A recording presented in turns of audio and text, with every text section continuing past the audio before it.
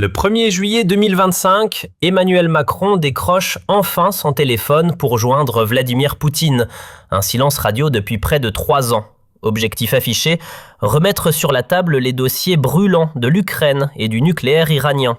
Sauf que, au lieu d'un retour triomphant sur la scène diplomatique, c'est une démonstration de faiblesse embarrassante qui se joue. Entre hésitation maladroite et ton implorant à peine voilé, le chef de l'État français donne l'image d'un dirigeant à la dérive dont la tentative de rapprochement vire à la moquerie planétaire. Le Monde n'a pas vu un appel téléphonique aussi mal géré depuis longtemps.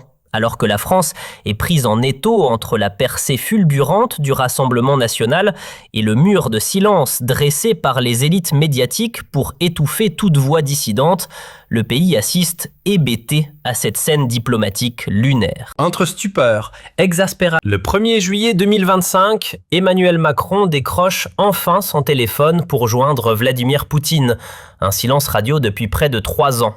Objectif affiché, remettre sur la table les dossiers brûlants de l'Ukraine et du nucléaire iranien.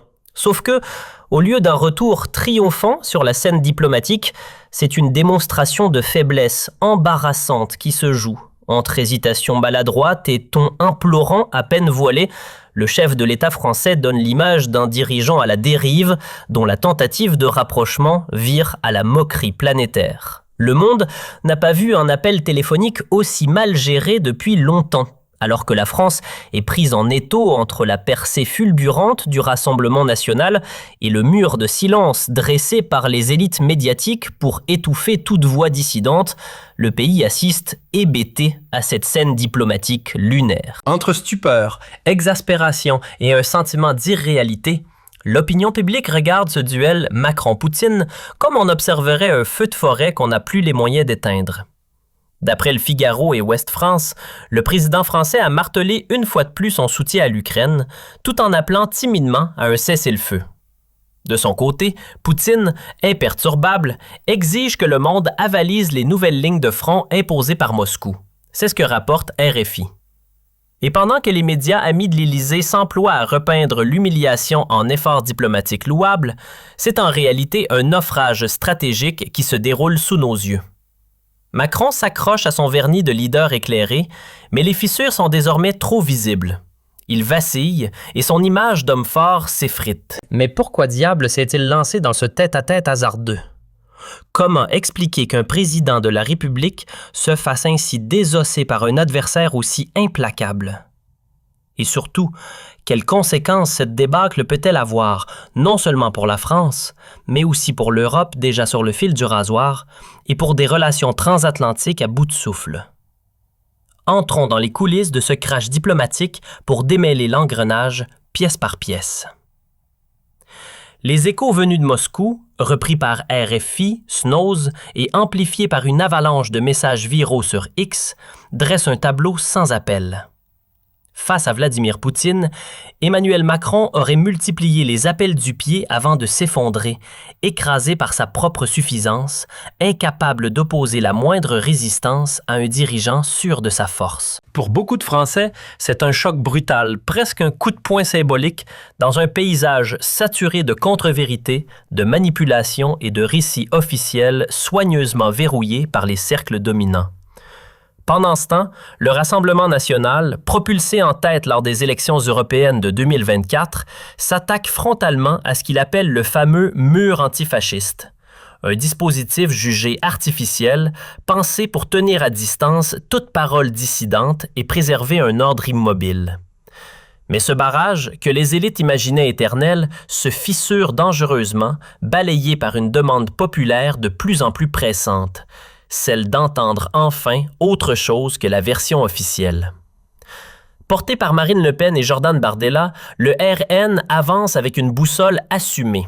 Indépendance nationale, protection des citoyens et retour à une logique politique jugée élémentaire. Une orientation qui fait écho bien au-delà des frontières françaises, trouvant des alliés idéologiques chez des dirigeants conservateurs comme Donald Trump, Viktor Orban ou Giorgia Meloni, tous prompts à dénoncer ce qu'ils perçoivent comme l'immobilisme et la condescendance du pouvoir macronien. Aujourd'hui, plus que jamais, l'heure est à la clarté totale sur la scène mondiale. Plus de zones grises, plus de sujets intouchables. Et pourtant, pendant que Poutine, relayé par Transinfo, accuse sans trembler l'Occident, et Macron en particulier, de mépriser les intérêts de Moscou tout en alimentant la guerre en Ukraine à coups de cargaison d'armes, le président français tente un coup de fil. Il y plaide, d'un ton qui rappelle plus la supplique que la fermeté, pour un cessez-le-feu et un semblant de coopération sur l'Iran. Résultat, un déferlement de moqueries sur X. Le post de Malade Politico Europe, daté du 2 juillet 2025, résume la situation. On ne fait pas de diplomatie crédible en rampant.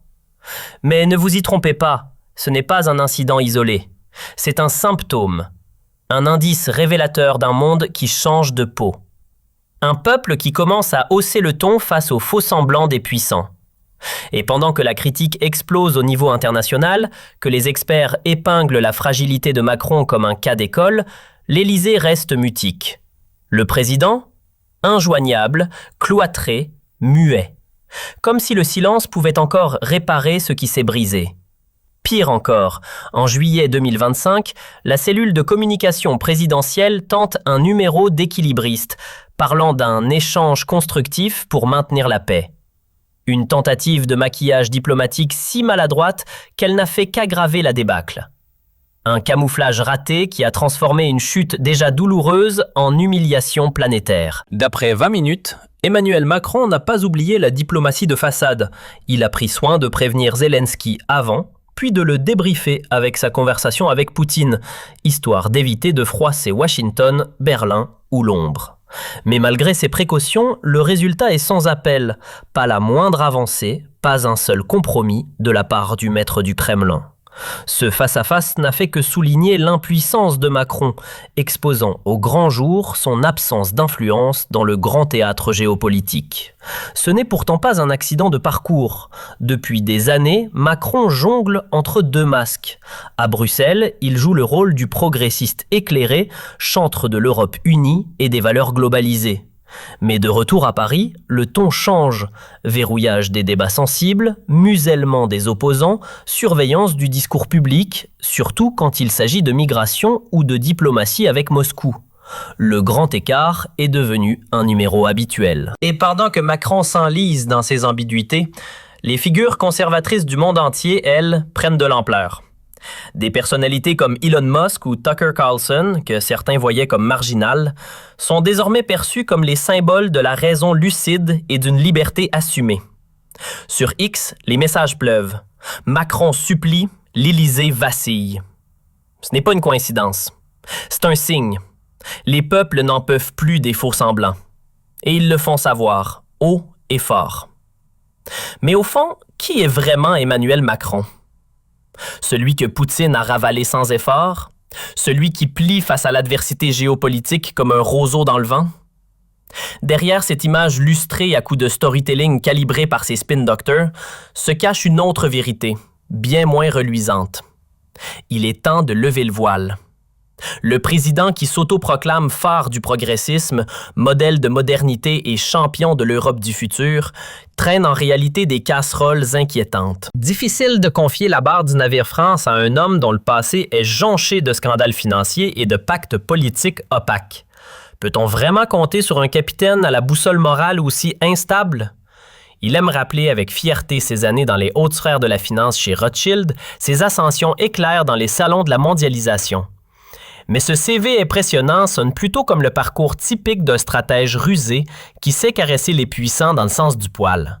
Derrière le vernis, on devine une ambition dévorante, calculée au millimètre, loin de toute sincérité. Son fameux appel à Poutine, une manœuvre qui aurait pu être noble si elle n'avait pas tourné à la démonstration de faiblesse. Les médias eux-mêmes l'admettent. Macron a échoué à incarner le respect et la fermeté, se laissant dominer par un chef d'État plus coriace. Ses anecdotes personnelles, loin d'humaniser son image, dévoilent plutôt un profil inquiétant pour un homme investi d'un tel pouvoir. Son opacité constante, son refus d'assumer les critiques et son mépris pour ceux qui osent le contredire trahissent un rapport troublant à la démocratie. Et ce n'est pas nouveau. Rappelez-vous le tollé de 2020, la réforme des retraites imposée à la hussarde, sans concertation, sans dialogue, dans le dos d'un peuple en colère. Résultat, des mois de chaos social et de violence dans les rues. Une séquence qui en disait long sur sa manière de gouverner, autoritaire, solitaire et sourd.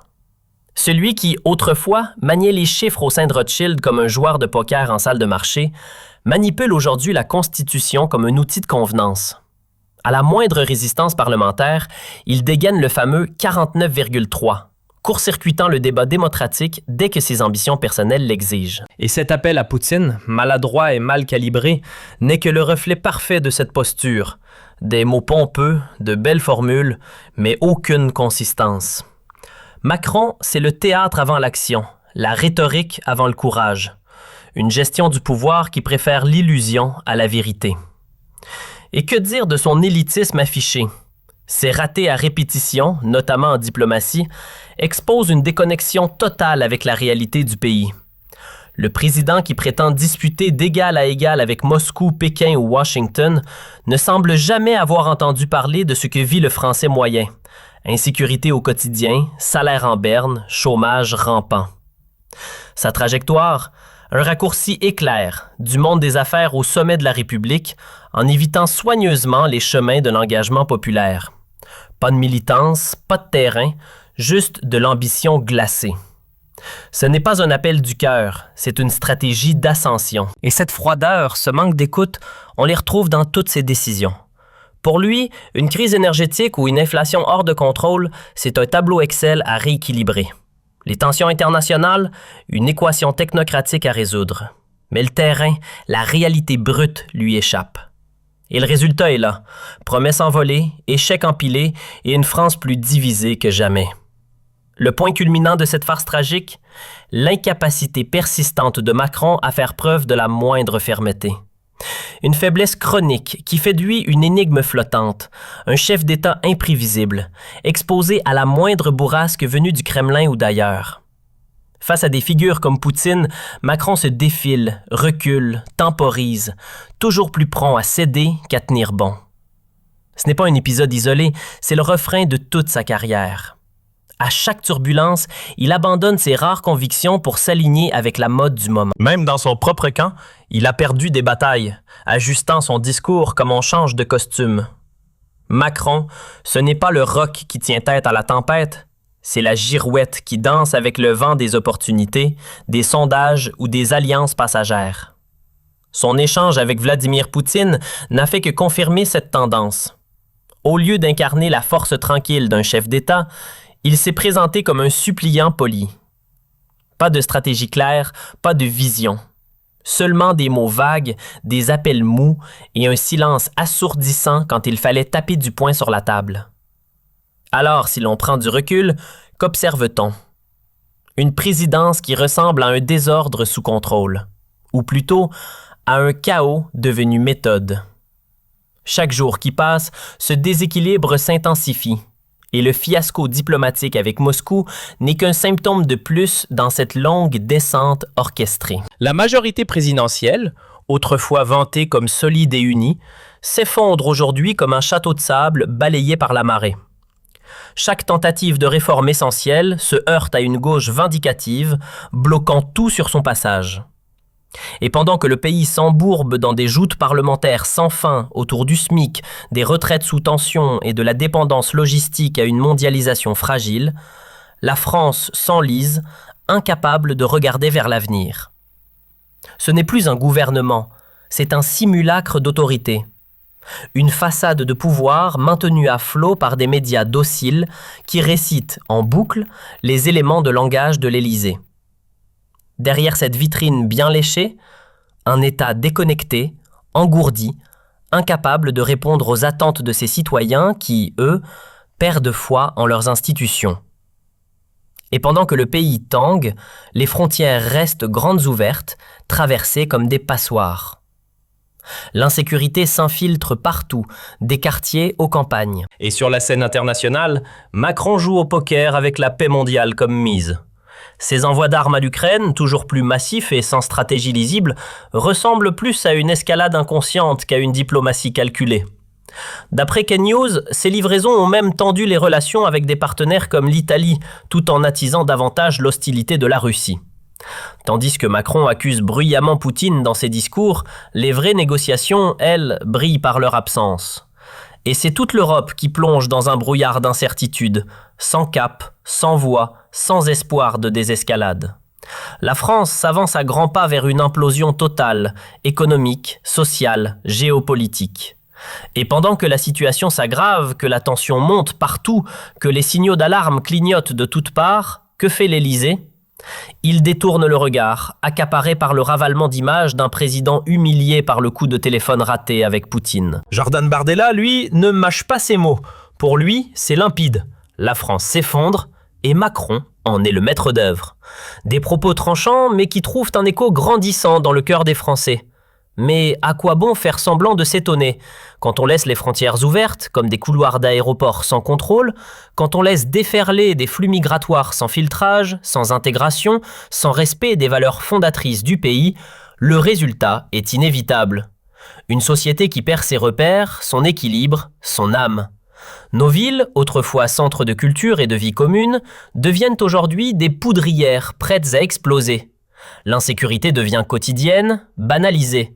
La police court après l'impossible, les tribunaux croulent sous les dossiers et les services sociaux implosent sous la pression. Tout un système au bord de la rupture pendant que les décideurs ferment les yeux et font mine de ne rien voir. Et Macron dans tout ça? Il observe, impassible, ou pire, il laisse faire. Car ce chaos ambiant, cette confusion permanente, lui sert. Plus le pays est divisé, plus son pouvoir tient. Une nation exténuée, perdue, démoralisée, voilà le terreau parfait pour gouverner sans opposition réelle.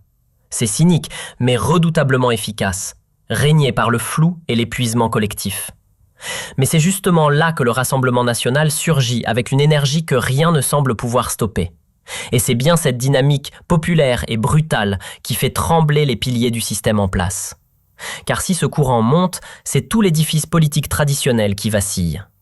Quant à la fameuse réforme de l'asile brandie par Macron comme un chef-d'œuvre d'efficacité, c'est du vent, une mise en scène. Les frontières, toujours aussi poreuses. Les contrôles, inégaux, partiels, dignes d'une loterie. Et les expulsions, rares, timides, symboliques. On dirait que le courage politique a quitté les couloirs du pouvoir depuis longtemps. Pourtant, le droit est limpide. Aucune convention internationale ne contraint la France à accueillir à bras ouverts toute personne criant asile sans le moindre contrôle. Ce fameux raz-de-marée migratoire de 2015, rien d'autre qu'un coup de volant improvisé par Merkel sans cadre juridique solide. Une émotion du moment élevée au rang de politique durable. Macron, il avance un jour, recule le lendemain, puis reste figé le surlendemain. Paralysé par la peur de froisser Bruxelles et ses technocrates, tremblant devant les verts radicaux et constamment hanté par le regard de la presse étrangère. Une présidence dominée par l'hésitation, où chaque décision devient un pas de danse maladroit sur un fil instable. Et pendant que l'Élysée vacille, le Rassemblement national, lui, entre sur scène avec fracas. Propulsé par une colère populaire de plus en plus visible et une exigence de clarté qu'on ne peut plus balayer, le RN a muté. D'un simple mouvement de contestation, il est devenu un acteur politique central, en phase avec les angoisses profondes des Français. Insécurité hors de contrôle, immigration massive, effacement progressif de l'identité nationale. Ces sujets, que le pouvoir actuel préfère balayer sous le tapis ou traiter du bout des lèvres, explosent désormais au grand jour. Et ce sont justement ces préoccupations que le RN a placées au cœur de son projet. Le moment décisif? La CPAC 2024 à Budapest. Le RN, autrefois diabolisé, y a été reçu non seulement sans hostilité, mais avec enthousiasme. Ovations, applaudissements, accolades. De nombreux dirigeants internationaux, figures influentes et intellectuels conservateurs, ont salué ce parti comme un partenaire légitime. Et Marine Le Pen, dans un discours qui a fait vibrer la salle, n'a pas mâché ses mots. La France doit retrouver son cap et reprendre le contrôle de son destin. Cette reconnaissance venue de l'international, ce n'est pas le fruit du hasard. C'est le signe d'un basculement historique. Le Rassemblement national ne navigue pas seul. Il s'inscrit dans une vague conservatrice planétaire qui tourne le dos aux dogmes égalitaristes de la gauche, rejette les obsessions identitaires fragmentaires et refuse cette culpabilité permanente qui ronge les Français depuis trop longtemps. C'est une insurrection douce contre la pensée unique. Ce mouvement n'a rien d'un rêve flou ou d'un slogan creux. Il propose du concret, du tangible, du réaliste. Là où Macron s'enlise dans les formules aseptisées, le RN oppose une boussole claire, droiture morale, courage face aux tempêtes et lucidité stratégique. Un contraste saisissant. À sa tête, deux profils complémentaires. Marine Le Pen, juriste chevronnée au verbe acéré, et Jordan Bardella, jeune orateur percutant, nouvelle voix d'une génération en quête de repères. Ensemble, ils décortiquent les défis de la France avec méthode et avancent des solutions ancrées dans le réel. À l'Assemblée, leurs prises de parole sonnent comme des coups de scalpel. Ils tranchent dans les discours officiels, exposent les incohérences et imposent un style rigoureux, précis, sans détour. Grâce à eux, le paysage politique français a changé de décor. Des thèmes longtemps verrouillés, immigration, sécurité, identité, sont aujourd'hui débattus à ciel ouvert. Le fossé artificiel entre la droite classique et le RRN se comble peu à peu. Et cela, qu'on l'aime ou pas, c'est un signe de vitalité démocratique. Au fond, un constat s'impose, simple mais puissant. Les Français veulent qu'on les écoute, qu'on les respecte, qu'on les représente vraiment. Et plus encore, ceux qui ont traversé les pages sombres de l'histoire, les conflits, la fracture du continent européen, les efforts douloureux de la réunification, réclament aujourd'hui autre chose qu'un discours creux. Ils demandent une France stable, honnête, enracinée dans ce qu'elle est. Et dans ce tumulte politique, beaucoup retrouvent en le Rassemblement national un écho fidèle à leurs convictions. Souveraineté, liberté, rationalité éclairée. Ces valeurs qu'ils pensaient abandonner, RN les brandit avec force et clarté. Alors, comment sortir de cette impasse nationale? Il faut un électrochoc, une rupture franche, un changement de cap assumé, sans compromis, pour tourner la page des politiques qui ont mené le pays au bord du précipice. Cela commence par des mesures fortes. Rétablir un véritable contrôle aux frontières. Ne plus tolérer la présence d'immigrés clandestins. Chaque cas illégal doit faire l'objet d'une expulsion rapide. Et surtout, cesser immédiatement d'accorder des aides sociales à ceux qui n'ont aucun droit légal de rester. La solidarité doit retrouver son sens. Elle ne peut s'exercer qu'au bénéfice de ceux qui respectent les règles. Assez des chèques distribués à tout va aux quatre coins du monde. Assez de permis de séjour accordés sans filtre, sans exigence, sans logique. Assez de naturalisation express qui efface peu à peu l'âme même de notre pays. Ce qu'il faut aujourd'hui, c'est une politique qui remet les Français au cœur de tout. Défendre les foyers, sécuriser le quotidien des travailleurs, soutenir ceux qui ont construit cette nation, nos retraités, nos familles, nos piliers invisibles. Et dans cette tempête politique, un seul parti ose dire les choses avec clarté et fermeté. Le Rassemblement national. Un programme limpide, un cap assumé, une ligne patriotique qui ne tremble pas. Pendant ce temps, Emmanuel Macron ploie sous le poids d'un fiasco diplomatique qu'il n'a pas su éviter. Le coup de fil manqué avec Poutine a fait éclater sa fragilité aux yeux du monde. Car face à un chef d'État russe campé sur sa fermeté, c'est toute l'illusion d'un président français sans cap qui s'effondre. Et même dans ses silences, Macron en dit long. Incapable de reconnaître ses fautes, il laisse transparaître les tensions internes d'une majorité fracturée. Un flou dangereux persiste.